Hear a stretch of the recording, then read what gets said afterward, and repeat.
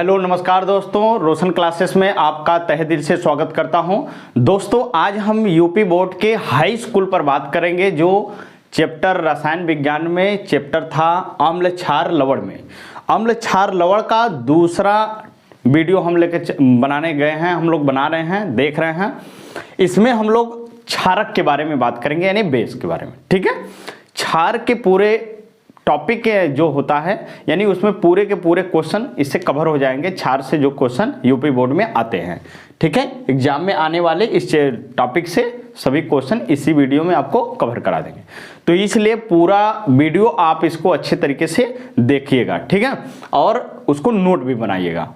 अब यहाँ पर हम बात करेंगे कि क्षारक, यानी सामान्य में हम कहेंगे कि क्षार का परिभाषा क्या होता है। क्षार स्वाद में कड़वा या तीक्ष्ण होता है, कड़वा या तीक्ष्ण होता है। वास्तव में उसका स्वाद ऐसे ही होता है, और वह क्या होता है, लाल लिटमस पत्र को क्या करता है, नीला कर देता है। यह हम सामान्य जानकारी में या सामान्य परिभाषा में दे सकते हैं। लेकिन आर्हेनियस एक साइंटिस्ट था, उसके अनुसार क्षार के बारे में हम लोग बात करेंगे। क्या होता है कि वे रासायनिक पदार्थ जो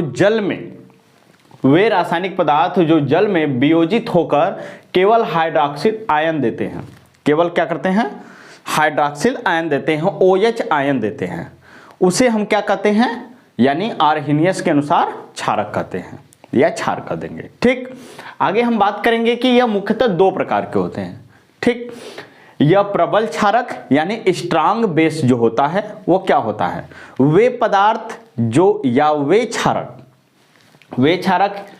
जो जल में पूर्णतः वियोजित या आयनित होकर हाइड्रॉक्सिल आयन देते हैं, जो जल में वियोजित होकर पूर्णतः या आयनित रूप से क्या करते हैं, हाइड्रॉक्सिल आयन देते हैं, OH आयन देते हैं, प्रदान करते हैं, पूरी तरीके से घुल जाते हैं। ठीक, उसे हम क्या कहेंगे, स्ट्रांग बेस कहेंगे या प्रबल क्षार कहेंगे। ठीक, अब उसके एग्जाम कौन हैं एग्जाम्पल में, यानी एग्जाम्पल में हो जाएगा कास्टिक पोटास यानी KOH। ठीक, उसके बाद क्या है, कास्टिक सोडा NaOH। उसके बाद आपका है क्या, बेरियम हाइड्रोक्साइड। ये सभी क्या है, यानी प्रबल है, यानी प्रबल का मतलब है स्ट्रांग है। ठीक है, अब यहां पर हम बात करेंगे दुर्बल क्षारक क्या है। वे क्षारक या वे पदार्थ जो जल में पूर्णतः घुलने के बाद वह आयनित नहीं होते हैं, पूरी तरीके से घुल नहीं पाते हैं, आयनित नहीं होते हैं, हाइड्रॉक्सिल आयन नहीं देते हैं, वो पूरी तरीके से, उनको बोलते हैं क्या, दुर्बल क्षारक बोलते हैं। ठीक, पूर्णतः वियोजित या आयनित नहीं होते हैं, उसे हम क्या कहते हैं, दुर्बल क्षारक। जैसे आपका एल्युमिनियम हाइड्रोक्साइड हो जाएगा, उसके बाद अमोनियम हाइड्रोक्साइड, ये सभी क्या है, कमजोर बेस में आते हैं। किस में आते हैं, कमजोर बेस में आते हैं। ठीक है, आगे हम बात करेंगे कि यहां पर आता है कि सबसे प्रबल क्षार कौन होता है, सबसे कमजोर क्षार कौन होता है। तो प्रबल की बात करेंगे तो प्रबल का एक क्रम बनाया है, कास्टिक पोटास यानी KOH है, पोटेशियम हाइड्रोक्साइड, उसके बाद सोडियम हाइड्रोक्साइड, उसके बाद इसको बोलते हैं अमोनियम हाइड्रोक्साइड, उसके बाद बोलेंगे बेरियम हाइड्रोक्साइड होता है। इसके बाद भी हैं, इसके बाद भी होता है क्या आपका, जैसे यहां पर हो जाएगा, उसके बाद आपका हो जाएगा यहां से अमोनियम हाइड्रोक्साइड तो है ही, बेरियम हाइड्रोक्साइड, उसके बाद और कोई भी ले सकते हैं, जैसे बेरिलियम हाइड्रोक्साइड का भी हो सकता है। ठीक है, इस तरीके का होता है।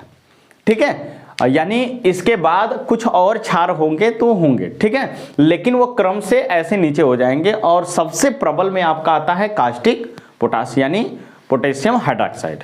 ठीक, उसके बाद हम पढ़ेंगे नोट में, जैसे आता है क्वेश्चन पूछा जाता है कि वे क्षारक जो जल में घुलनशील होते हैं उसे क्षार कहते हैं। यानी क्षारक तो सभी के सभी हैं क्षारक, लेकिन वास्तव में क्षार कौन है, क्षार अलग होता है, क्षारक अलग होता है। तो जितने भी क्षारक जल में घुलनशील होते हैं उसे क्षार बोलते हैं। जो क्षारक जल में घुलनशील नहीं होते हैं, उन्हें हम क्या कहते हैं, क्षारक नहीं बोलते हैं। इसलिए लिखा हुआ है, अतः सभी जितने क्षार होते हैं जो जल में घुलनशील होते हैं वो क्षार होते हैं, तो इसीलिए लिखा हुआ है सभी क्षार क्षारक तो होते हैं, लेकिन यहाँ पर सभी क्षारक क्षार नहीं होते। ऐसा इसलिए क्योंकि सभी जो क्षारक होते हैं जल में, कोई जरूरी नहीं है कि सभी जल में घुलकर वह हाइड्रॉक्सिल आयन पूरी तरीके से दे ही दे, ठीक है। इसलिए वहां पर लिखा हुआ है कि क्षारक जो होते हैं सभी क्षारक तो होते हैं, लेकिन सभी क्षारक क्षार नहीं होते, ठीक है। अब हम पढ़ते हैं क्या है, दो इंपॉर्टेंट शब्द है इसमें। अम्ल की क्षारीयता अम्ल की क्षारीयता क्या होती है, यानी किसी भी अम्ल के एक अणु में उपस्थित, किसी भी अम्ल के एक अणु में उपस्थित प्रतिस्थापन योग्य हाइड्रोजन, प्रतिस्थापन योग्य हाइड्रोजन परमाणुओं की संख्या को हम क्या कहते हैं, उस अम्ल की क्षारीयता कहते हैं। यानी जैसे यहां पर हम लिखे हैं CH3COOH यानी एसिटिक एसिड, इसमें अगर हम कहें हाइड्रोजन की क्षारीयता कितनी होगी, जैसे यहां पर हम लिख देते हैं CH3COO, ई आपका पूरा एसिटेट है और यह हाइड्रोजन इस तरीके का टूटेगा, हाइड्रोजन आयन, यानी हाइड्रोजन की क्षारीयता कितनी हुई यहां पर, यानी 1 हुआ। और HCl अगर टूटेगा तो जल में जब घुलेगा तो हाइड्रोजन प्लस आयन और उसके बाद क्लोरीन माइनस आयन, ठीक है। और उसी तरीके से नाइट्रेट के रूप में क्या है, HNO3 जब टूटेगा जल में तो यह हाइड्रोजन आयन में टूटेगा और नाइट्रेट के आयन में टूटेगा, तो इसीलिए एक क्षारकी इसे कहा गया। यानी जितने भी हैं इसमें हाइड्रोजन के 1+ चार्ज में टूटेंगे, इसलिए इसको कहा गया एक क्षारकी कहा गया, ठीक। यहां पर 2 हाइड्रोजन टूटेंगे, ये जब भी टूटेगा जल से क्रिया करने के बाद जल में घुलेगा तो यह हाइड्रोजन 2+ चार्ज और कार्बोनेट 2- चार्ज में टूटेगा। और यहाँ सल्फ्यूरिक अम्ल भी क्या है, हाइड्रोजन 2 में टूटेगा और सल्फेट 2 में टूटेगा माइनस में, ठीक। तो द्विक्षारकी इसे कहेंगे, ठीक। आगे क्या है, हाइड्रोजन फास्फेट इसको बोलेंगे, हाइड्रोजन फास्फेट H3PO4, यानी ई किस में टूटेगा, हाइड्रोजन 3+ चार्ज में टूटेगा। जैसे यहां पर हम देख लेते हैं इसका, जैसे हाइड्रोजन 3+ चार्ज में, उसके बाद क्या है PO3- चार्ज में टूटता है, यानी फास्फेट के ऊपर 3- चार्ज होता है, इसलिए हाइड्रोजन को 3 लगाया गया है। H3PO4 हाइड्रोजन फास्फेट इसको बोलेंगे, यानी यह 3 होगा, इसलिए इसको बोलेंगे हम क्या, 3 क्षारकी, ठीक है। अब हम पढ़ेंगे, यहां पर अम्ल की क्षारीयता पढ़े हैं, तो अब हम पढ़ेंगे क्षार की अम्लीयता के बारे में। क्षार की अम्लीयता क्या होती है, इसी तरीके का क्षार का अम्लीयता होता है। फिर उसके बाद क्षार के हम पढ़ेंगे भौतिक गुण, उसके बाद रासायनिक गुण, उसके बाद उपयोग, ठीक है। आइए देखते हैं, आइए हम लोग पढ़ेंगे क्षारक के अम्लीयता क्या होती है। हम लोग पढ़े हैं क्या, अम्ल की क्षारीयता पढ़े हैं। अम्ल की क्षारीयता जो होती है, जितने हाइड्रोजन आयन, जब भी कोई कंपाउंड या कोई भी एसिड या कोई भी बेस अगर जब घुलता है तो यानी उसमें आप देखते हैं कि अम्ल जो घुलेगा जल में पूरी तरीके से घुलेगा, जिसमें टूटेगा, जितने हाइड्रोजन आयन विस्थापित होंगे, यानी जितने हाइड्रोजन आयन में वो टूटेंगे, वही उसकी क्या होती है, क्षारीयता होती है। उसी तरीके से हम यहाँ पढ़ेंगे क्षारक की अम्लीयता क्या होती है। तो किसी क्षारक के एक अणु में उपस्थित प्रतिस्थापन योग्य हाइड्रॉक्सिल आयनों की संख्या उस क्षारक की अम्लीयता कहलाती है। उसमें हाइड्रोजन आयन जल में से घुल के विस्थापित हो रहा था, अब यहां पर क्या होगा, हाइड्रॉक्सिल आयन जल में घुलेगा तो कितना विस्थापित होगा, वही उसकी क्या कहलाएगी, अम्लीयता कहलाएगी। जैसे इसमें अमोनियम हाइड्रॉक्साइड, इसमें अगर जब अमोनियम हाइड्रॉक्साइड टूटेगा, यानी जब जल में घुलेगा तो यानी NH4+ और क्या है, हाइड्रॉक्सिल आयन माइनस में टूटेगा, यानी 1 में टूट रहा है, इसलिए इसको हम क्या कह देंगे, इसको बोलेंगे एक अम्लीयता। एक अम्लीयता यानी एक हाइड्रॉक्सिल आयन इसमें से विस्थापित होगा। उसी तरीके से पोटेशियम हाइड्रॉक्साइड में होगा, सोडियम हाइड्रॉक्साइड में, और क्या है, लिथियम हाइड्रॉक्साइड में। इन सभी में क्या होगा, एक हाइड्रॉक्साइड टूटेगा, ठीक। उसी तरीके से उसकी क्या कहलाएगी, अम्लीयता कितनी होगी, 1 होगी।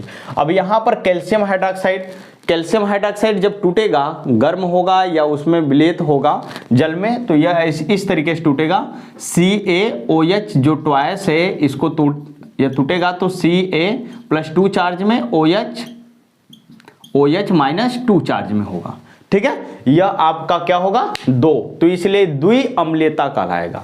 यहां पर सभी 2 हैं इसलिए द्विअम्लीयता होगा यहां पर। ठीक है, यहां पर FeOH का थ्रायस है यहां पर, यानी फेरिक हाइड्रोक्साइड है। ठीक है, फेरिक हाइड्रोक्साइड है, तो यहां पर 3 है, तो एल्युमिनियम का भी 3 है, तो इसलिए त्रिअम्लीयता कहलाएगा।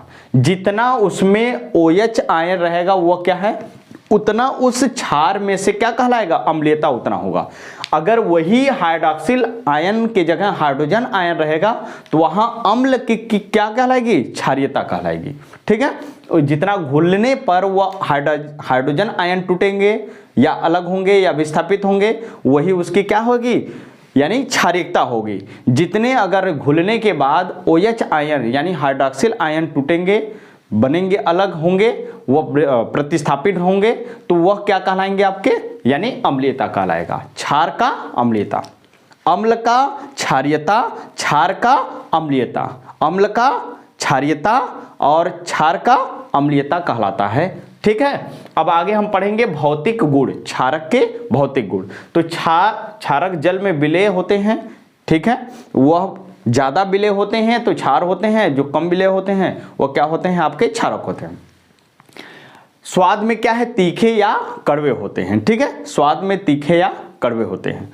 उसके बाद क्या है, क्षार जब भी कहेंगे आप तो लाल लिटमस पत्र को क्या करता है, नीला कर देता है। इसको आप इस तरीके से याद रखिएगा, छलनी, क्या लिखेंगे, छलनी, यानी क्षार में लाल लिटमस पत्र को डाला जाएगा तो क्या कलर देगा, कौन सा कलर, नीला कलर देगा। ठीक है, क्षार में लाल लिटमस पत्र डाला जाएगा तो नीला कलर देगा। ठीक, आगे हम बात करेंगे रासायनिक गुणों के बारे में।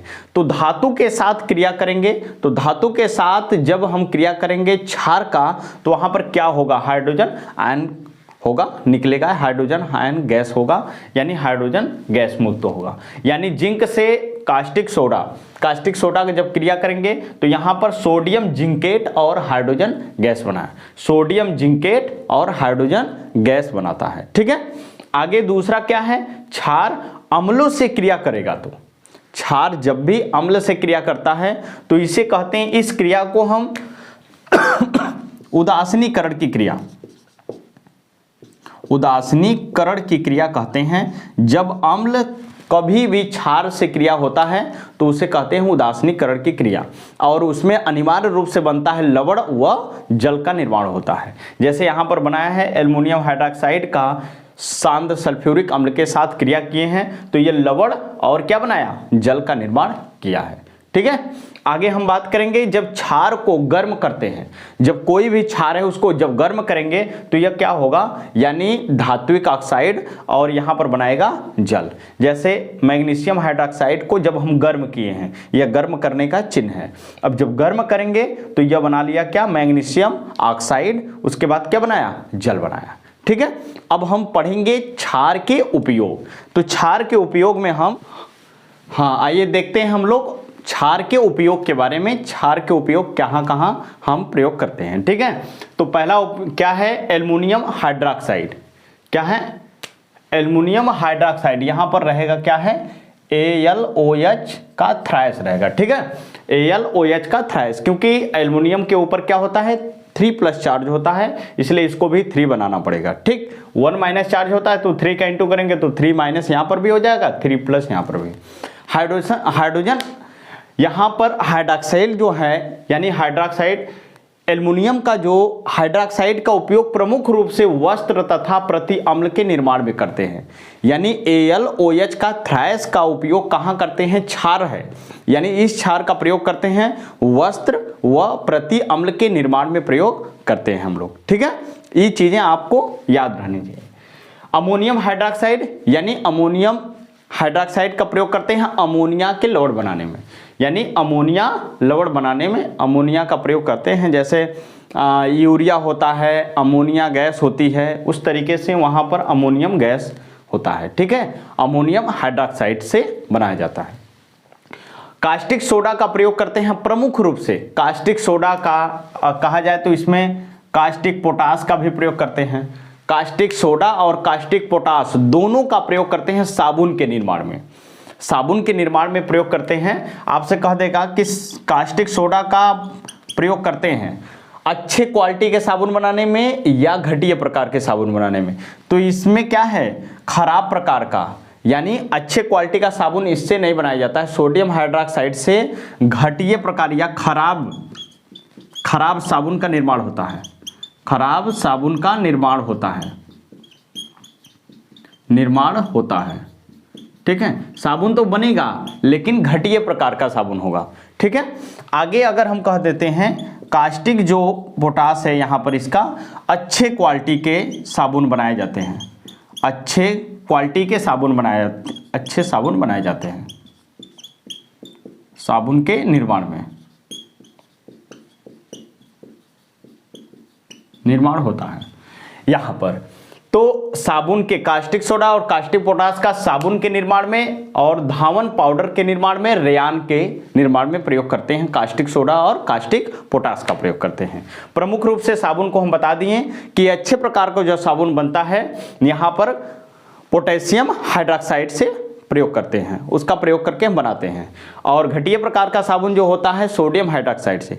अब घटिया और खराब साबुन का, अच्छे साबुन का मतलब क्या है, जो अच्छे साबुन होते हैं वो बहुत पतले होने के बाद भी भंगुर नहीं होते हैं। भंगुर का मतलब जल्दी टूटता नहीं है, वह साबुन अच्छे साबुन होते हैं।